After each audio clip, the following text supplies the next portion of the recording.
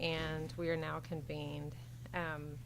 We don't have anyone signed up for public comment this morning, so we will move into our discussion of the 2023-2024 district financial audit, and this will be presented by Patillo, Brown and Hill LLP. Good morning. I just wanted to give a quick introduction to our auditor that's here to present today. Her name is Paula Lowe. She's here from the audit firm. I've probably spent more time talking to her and discussing things with her than anybody else at the audit firm. Would like to point out one thing in case you hadn't noticed by reading through. If you don't know exactly where to look, it might be hard to find it, but we did actually end up about $800,000 better than the original budgeted deficit from last year. So a little bit better than I even thought we might end up when I was giving you earlier updates back in the fall. And we did not have any findings, so that's always good. Those are two of the big takeaways, and Paula will give you some more information at this time. Thank you, Cheryl. Appreciate it. Good morning. Good morning. I'm Paula Lau with Patillo, Brown and Hill, and I'm very happy to be here today and have the opportunity to work with everyone at the district. Everyone's been very helpful and cooperative in giving us some information that we needed, so definitely appreciate that. But I think each of you do have a hard copy of the report in front of you, and so we just wanted to talk about the results and touch on some of the highlights as well in the report. Page 1 of the report, there's the independent auditor's report.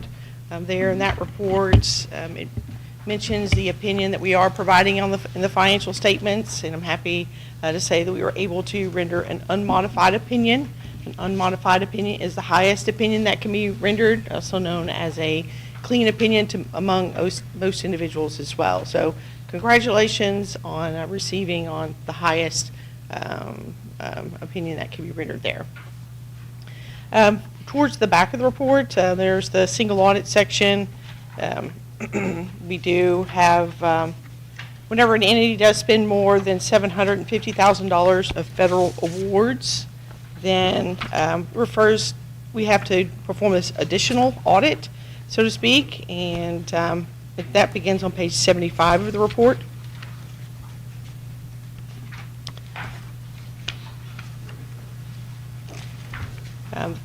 Within that section on page 80 and 81, it does list out all of the federal programs for this particular. Do you not have a hard? I don't think. Tommy doesn't have a hard copy. Yeah. Sorry. We do have one more.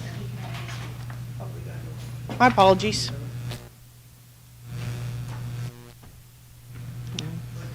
Based on this listing of federal awards, we have to perform a risk assessment. We have to look at these based on some guidelines, and it points us in the right direction of what programs we have to look at this particular year. And the one that we looked at this year was the child nutrition program. And as a result of looking at the program, looking at the costs and controls, and we did not have any findings to bring to your attention there for the child nutrition program. So that's additional good news for sure.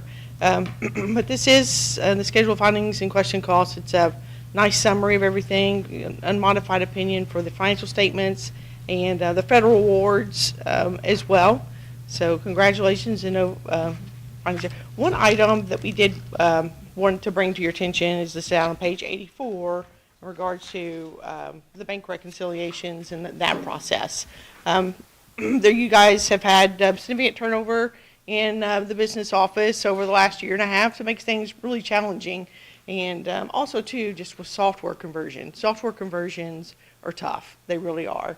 I speak to every entity that we work with and how challenging they are and things like that. So I think that there's a little delay there in working through that process, but I think that everything is there. It's just things just took a little bit longer than what would necessarily need to. So, but just kind of wanted to bring that to your attention. Things are there and in order. It's just a process, and just with software conversion and things like that. So, in regards to them pointing out some of the items in the financial statements, let's go ahead and look at the governmental balance sheet on page 12. Let's see. Looking at the general fund, one of the things that we always look at is ending fund balance. What was that snapshot or that number at the end of the fiscal year? If you're looking at it, the total fund balance in the general fund was about $3.7 million. Unassigned fund balance was a majority of all of that. But in comparing that to your general fund expenditures for the current year, ending fund balance is a little bit less than a month there. And I think that not a surprise to anyone. Everyone is aware of that, and going into the next fiscal year, a balanced budget is done. So that's moving in the right direction. I mean, a couple of years, or last year, there was a large one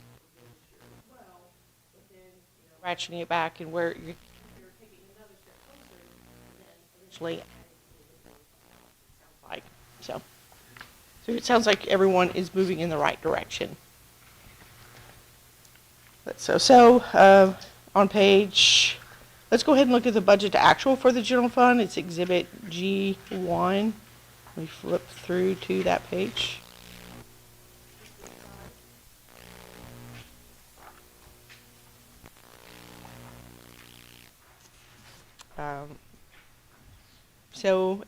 In regards to total revenues for the general fund, there was a little less than what was anticipated there.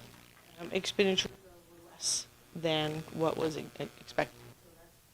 So it ends up in an increase of fund balance of 3.7, but compared to the budget.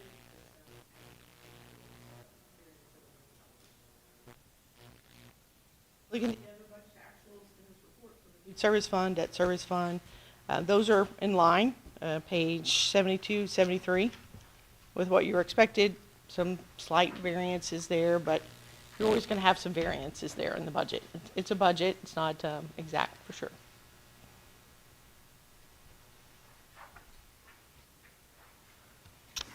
But that's a summary of the audit results, as well as just touching on some of the highlights in the report as well. But if anyone has any questions, ask. We do appreciate everyone and all their work and time and be able to provide you this information today as well. Thank you. I appreciate my question now for you is for Daryl and Yes. Clay. We're going into the second semester, spring semester, and you've done an awesome job, by the way. Awesome job, Daryl. Are any discussions, plans, anything about possibly discussing getting our employees a raise?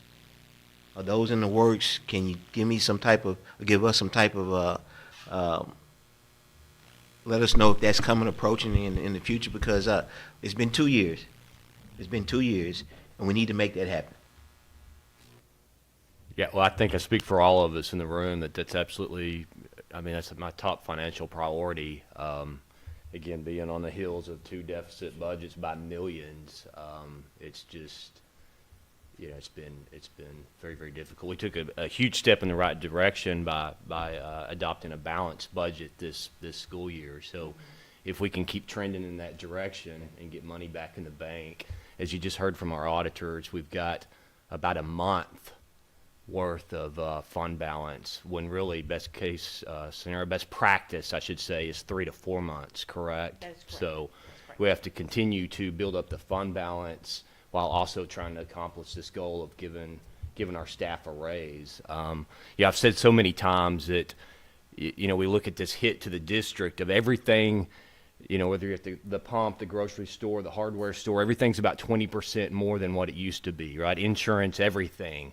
That hits us as a business, but it also hits Mrs. Smith and Coach Jones and their household. So as hard as it is for us, it's just as hard on them. And, the real challenge is when 80% of our budget is personnel, if we're not getting money, if our fund balance isn't increasing, if the state's not releasing funds for us, it's so much more difficult for us to then turn around and give it to the employees. We've got to have it before we can give it, I guess, is my final statement there. So working towards it, top of our priorities. And again, we're making good strides. So have y'all discussed it in the future about possibly looking into it? Absolutely. Okay, good. Absolutely. Good. Okay, thank you. And without an increase from the state, I mean, we'll go bankrupt if we give a raise that we can't afford. So we need every teacher, every community member that cares to be petitioning our lawmakers, because without a change in this legislative session, I mean, every school district is hurting and wanting to give raises. Any other questions about the audit or the update? Thank y'all so much.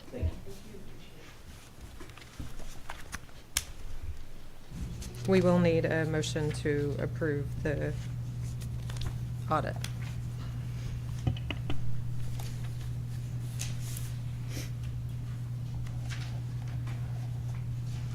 I'll make a motion to approve the district's 2023-2024 financial audit as presented.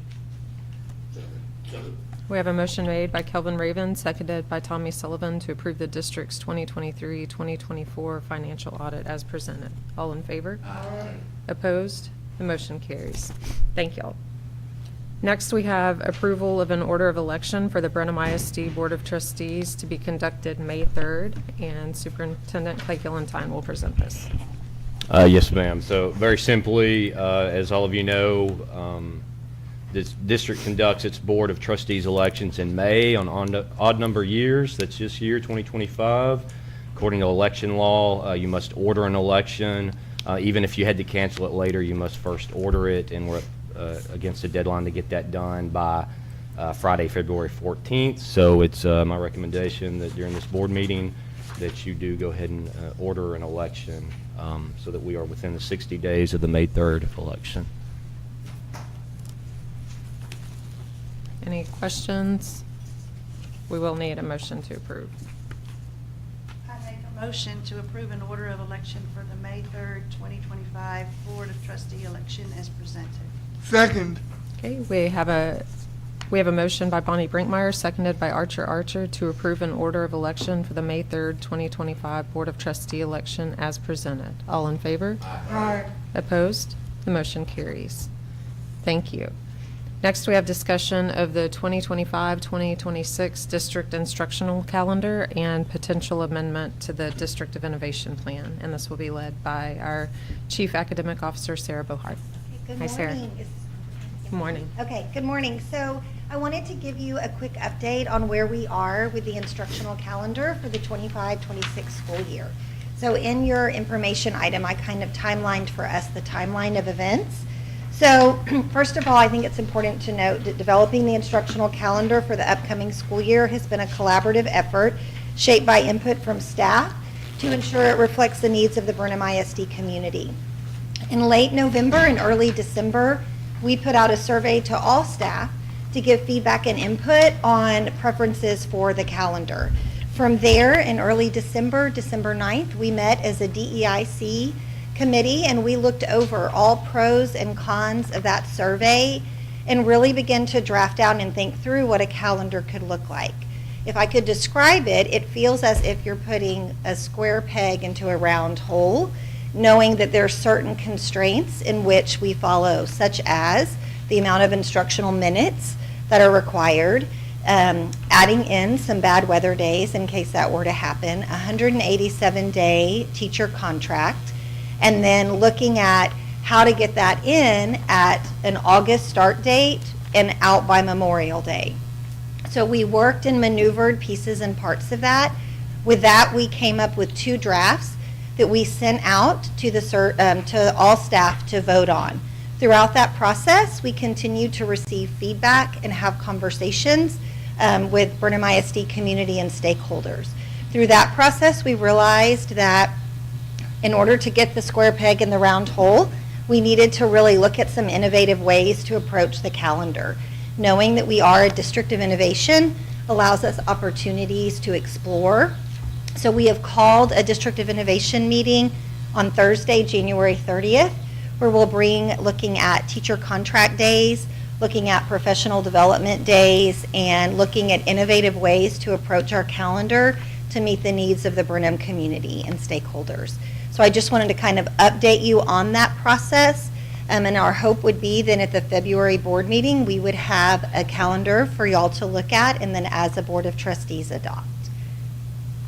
So it's just information about kind of where we are in the timeline and in that process.